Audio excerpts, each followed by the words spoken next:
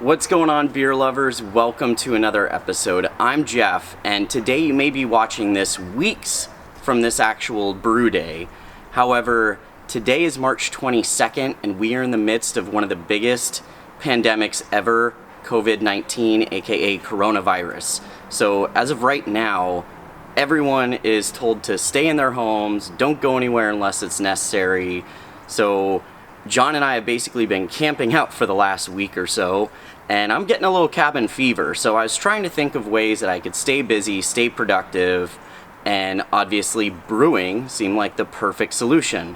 One, it keeps me busy, and two, I'm gonna have delicious beer to drink in a couple weeks. So today I decided to brew a West Coast IPA. So if you guys are ready, let's have some beer.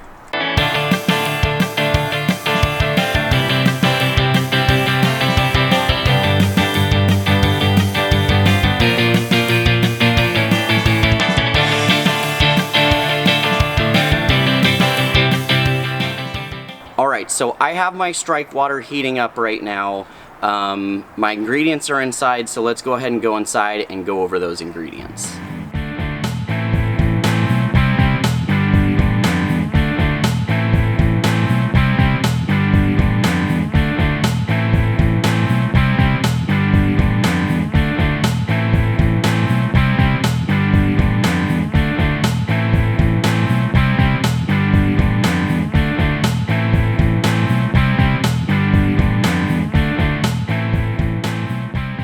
Alright, so I have heated my strike water to 168 degrees in my brew kettle. Now I've transferred it into my mash tun, so now it's time to mash in. I have the grains right here. I'm going to start pouring them in. I'm going to pour it in little by little, only because I'm the only person here. I want to make sure I can stir up these grains and get all the clumps out. There is rye in this recipe. I heard that stuff can be sticky, and I didn't buy any rice hulls. So future advice, if you guys are brewing with rye, go ahead and buy rice hulls. They're cheap, you don't need a lot, and it'll ensure that you don't get a stuck sparge. Here we go.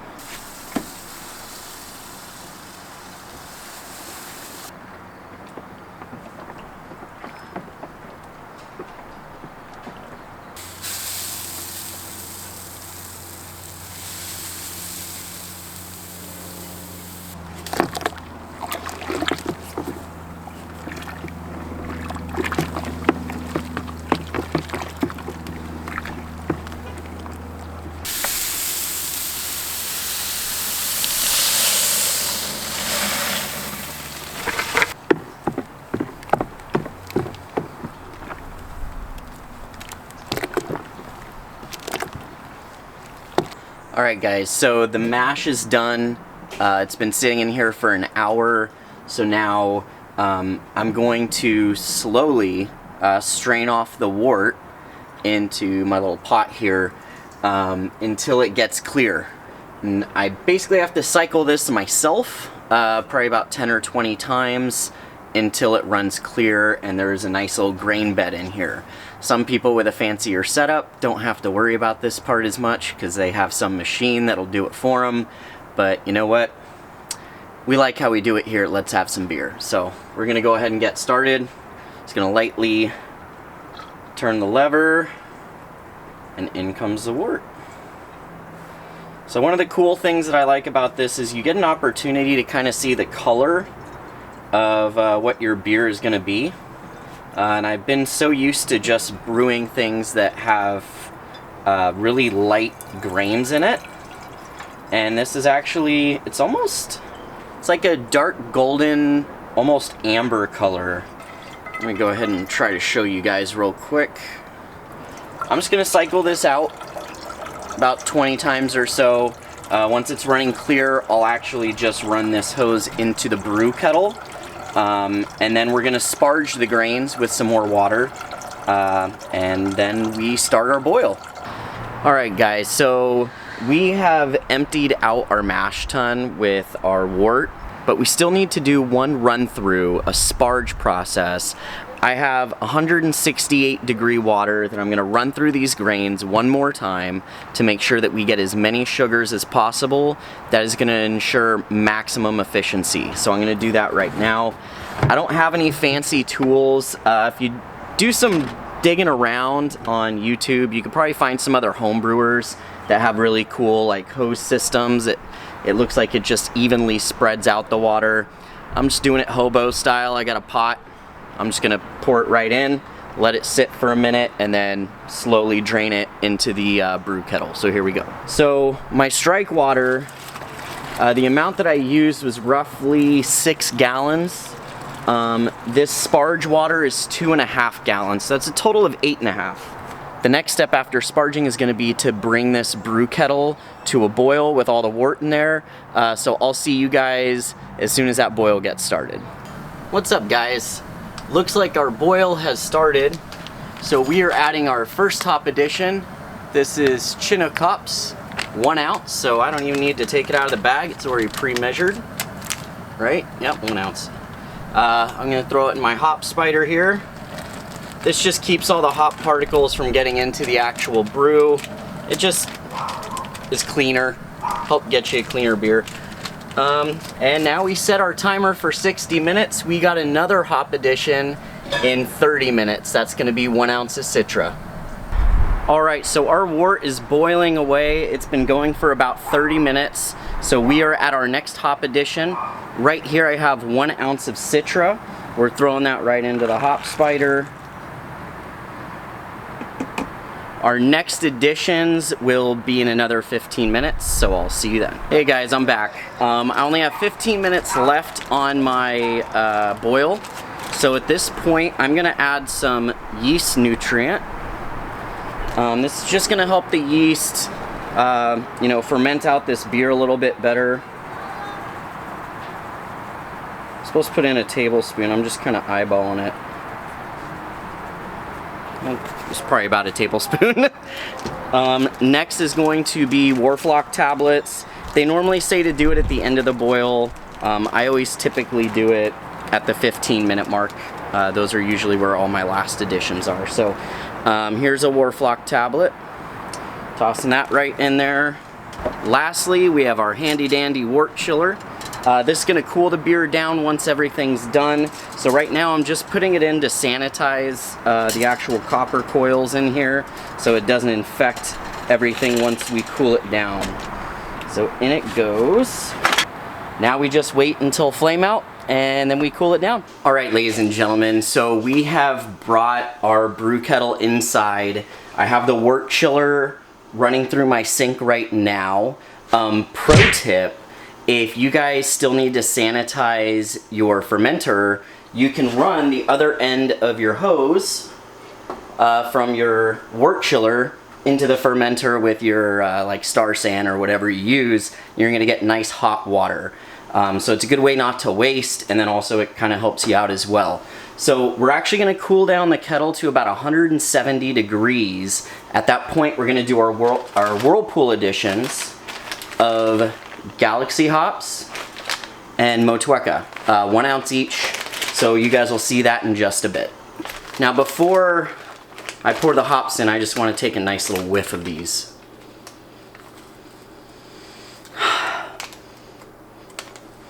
Great tropical aromatics coming off these. I'm really excited. Now, normally I would pour into my hop spider, but since I'm doing the Whirlpool, the whole purpose of that is to really have this wort soak up all the oils out of this hop. So I'm actually gonna just pour it right there in the middle. So here we go.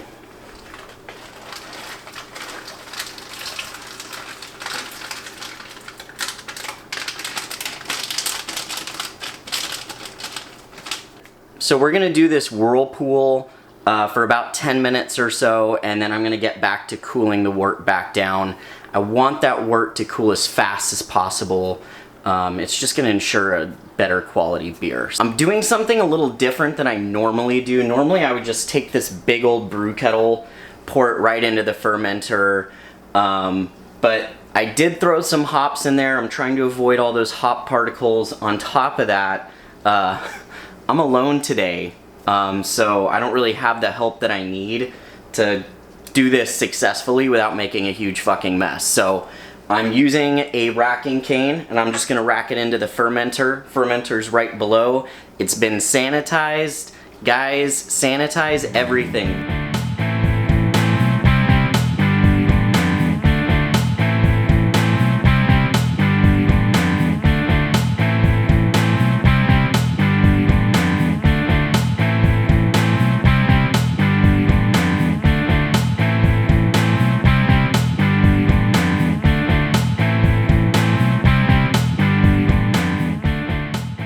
Alright, so we have transferred all the wort into the fermenter. Right now I'm just going to aerate this wort.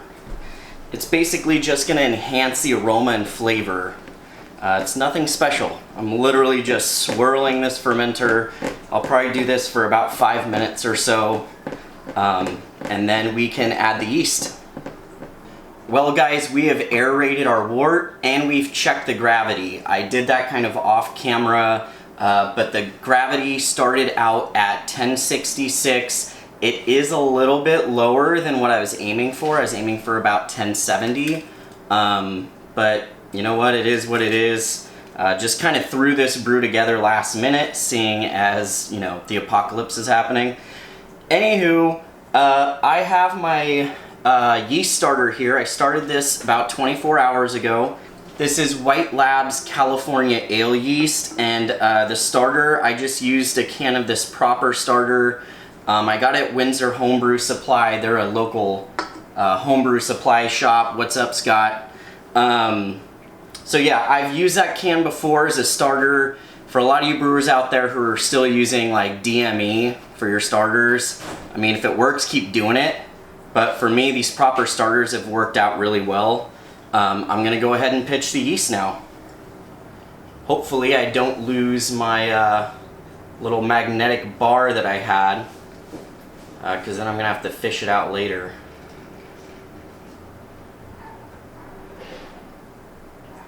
Let's see how we do. Beautiful.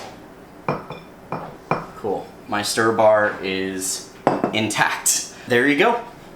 We are completely done with brew day. The yeast is in the fermenter with the wort. Technically now we have beer. We just gotta wait a couple weeks for this to finish out. So I do have some dry hop additions. I will probably record those as well. The first one is in 2 days, so we'll see you then. 2 days later. Well, hey, welcome back, beer lovers. It has been 2 days since brew day.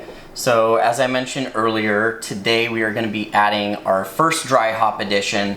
This is going to be 1 ounce of Motueka and 1 ounce of Galaxy hops. First things first, I have my hop bag sanitizing off camera. I also have marbles sanitizing as well. And the reason why I use marbles is hops tend to float in liquid. So if you add marbles, helps the hops sink to the actual bottom of the fermenter, and that means that it's coated in the beer, and so the beer is going to absorb all those oils out of the hops. So it's very important to do that. So right now I'm just going to add the hops and the marbles to this hop bag here, which again has been sanitized along with the marbles. Alright guys, so I have my sanitized hop bag right here, which if you notice, I do tie the knot very tight at the top and leave a lot of extra space, and that's because as these hop pellets absorb the liquid, they're going to expand a little bit. This is going to give it more room, and again that means we're getting more hop utilization out of our brew. So now I got to take off the top. You always want to be careful when you do this. Don't leave it open for too long. Even though there's a nice kreuzen on the fermenter, the oxygen can still get in, can still damage your beer. So you got to do this carefully and as quickly as possible. Do you guys teabag your beer out there? Let me know in the comments. All right, that should be good enough. I'm happy with it. It'll eventually probably sink down. If you do see that after a day or so, your hop bag's still floating at the top, if everything's sealed off correctly, you can just give your fermenter a nice little like twirl or spin or shake or whatever, and that usually will help grab the hops and pull them back down. So that's probably something I will check over the next day. Now this thing has been sitting at about 68 degrees, pretty stable this whole time, which is fantastic. And as you can see, I mean, just looking at the fermenter itself, it is a very active fermentation. You can see a lot of interesting things moving around in there. That is literally the yeast having a ton of fun with the beer that we have in there. So everything's sealed up. Our bubbler's going off again, which means that our seal's good, which is fantastic. So now we do our second hop addition. That's gonna be in 8 more days. Several days later. Hey, what's up guys? I'm back. It's been 10 days since our our initial dry hop that we did at the beginning of fermentation. It's day 12, I believe, of actual fermentation. It's time to add another hop addition. Again, this is 1 ounce of Motueka and 1 ounce of Galaxy. Everything's been sanitized. I have a few marbles in here to kind of weigh it down. Already took the top off. Just dropping it right back in. And then we just seal it right back up. At this point, we're no longer going to keep the beer as cool as it has been. We're actually going to let it warm up to about 72, 73 degrees for that diacetyl rest. That's going to allow the yeast to kill off any nasties that could be left in here that would cause some off flavors. And then it's time to keg. So this is only going to be a couple more days until kegging, so I'll see you then. 3 days later. What's up, beer lovers? I'm back. It has been 3 days since our final dry hop addition. My fermenter's been sitting at about 72 to 74 degrees for those days, and it's time to keg. Yesterday was Jacob's birthday, so we did a virtual happy hour, and I'm dealing with a hangover now. If any of you guys have experienced the virtual happy hour during this whole ordeal, I'm sure you know what I'm talking about. So yeah, right now I have my siphon filter ready to go. I have my sanitized keg down below. Everything's been sanitized. I'm just going to start the auto siphon into the keg, and then it goes in the fridge for a few days. Here we go.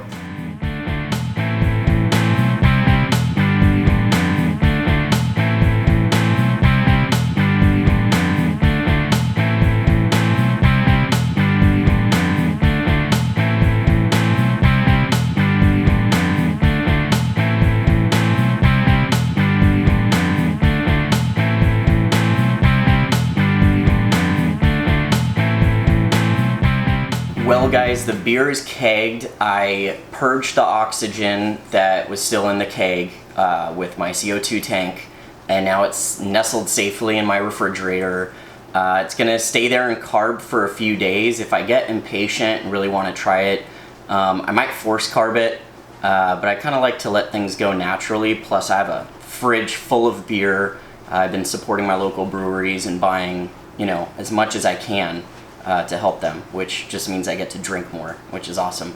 I did measure the final gravity, and it looks like it finished out at 10.06, which means that our beer is about 7.9%, which is great. I was aiming for 7.99, so a little under target, but I mean, I'm not too mad at it, and I'm really surprised that it finished out at 10.06.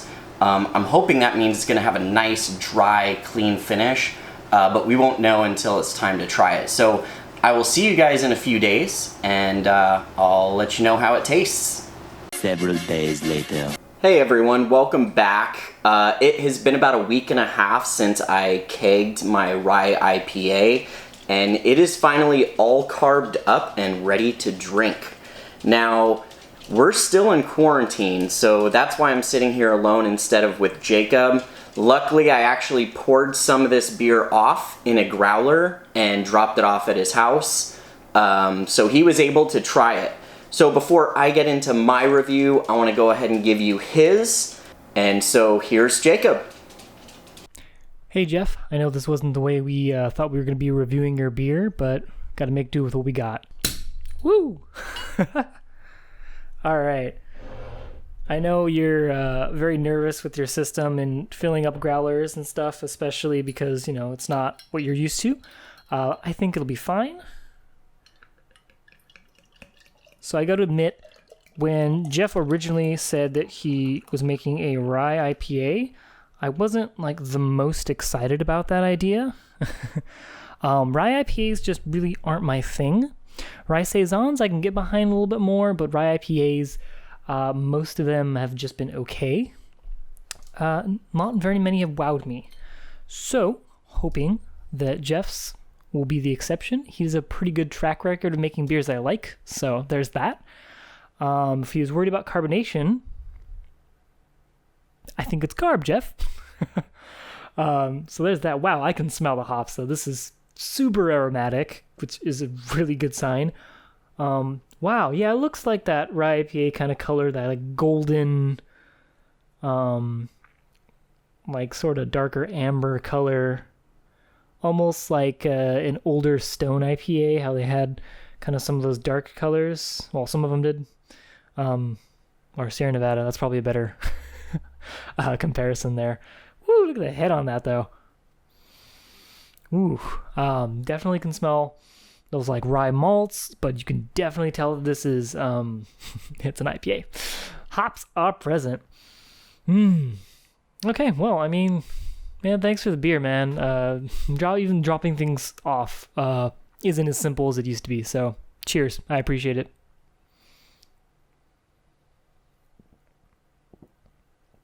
Ooh.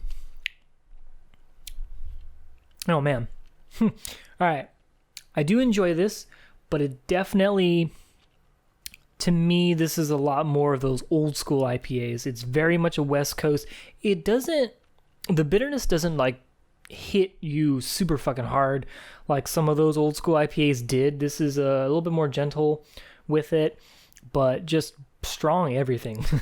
The hop presence is strong, the malt presence is strong, it's got a really good body, carbonation's obviously there, good mouthfeel. Yeah, I feel like that's probably something to do with your water chemistry, which I know you've been messing around with more and more. This has that kind of finished quality. That being said, still not a big fan of rye IPAs. This didn't make me a winner. Am I going to drink it? Yeah. But of all the other styles that you've made, this one's just okay for me. But in terms of like the quality of beer, I think you're improving. So like even in a style that I'm not super crazy about, I think the water chemistry, you did something right. It just feels like a proper finished beer. I mean, look at that head now. Now it's settled down, it looks really good. Bitterness definitely builds, the more you drink it. What hops did you use? I totally do not remember. They taste like some of those old school hops, though, like the sea hops, Cascade, Centennial, Columbus sort of deal. Definitely very piney, very bitter, very earthy. I think I hit the nail on the head when I said it kind of reminds me of Sierra Nevada type of beer. That being said, good job, Jeff. I'm just blathering on because I have no one else to talk to in here but myself. No one else is reviewing this beer with me. I miss friends. Just gotta keep drinking this rye IPA. All right, guys, so I haven't seen Jacob's review yet. I literally just dropped off that beer to him.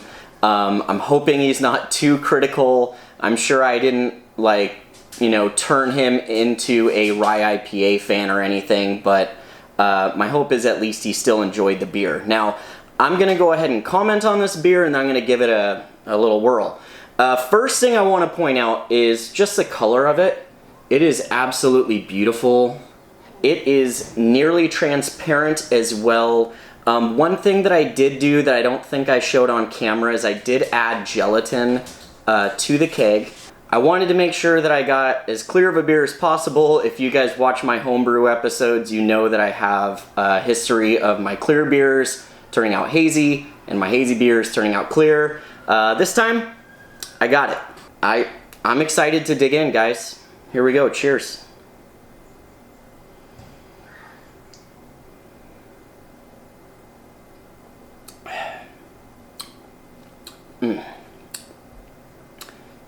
Primo, guys. Okay.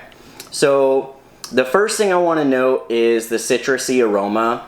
When you smell this, you get nice tropical fruits, a little bit of citrus as well.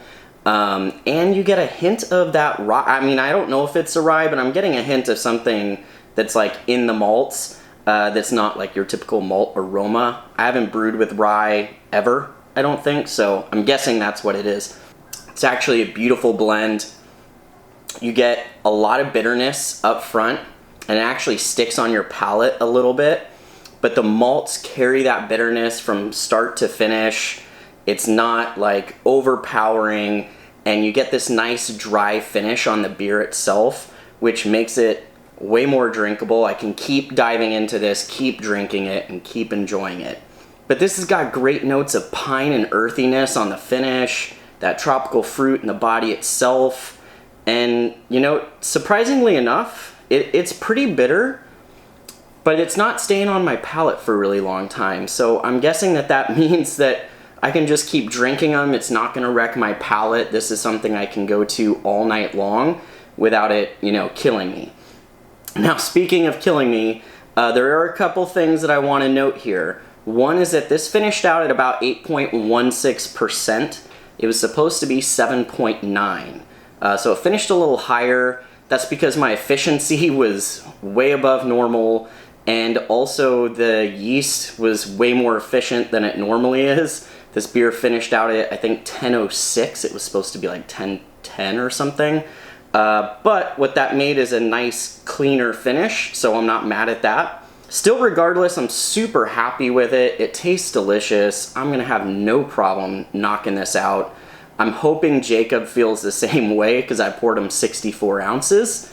I know he's not a huge Rye IPA fan, but in these times, you can't really be picky, especially if someone's bringing you free beer. So that is your grain to glass tutorial on how to make a Rye IPA.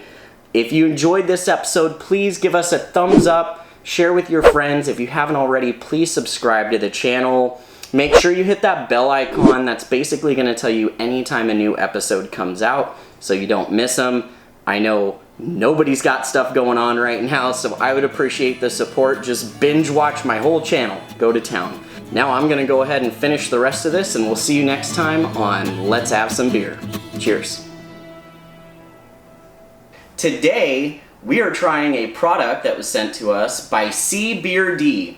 That's right, CBD shots in beer. If you wanna know what it's like, stay tuned.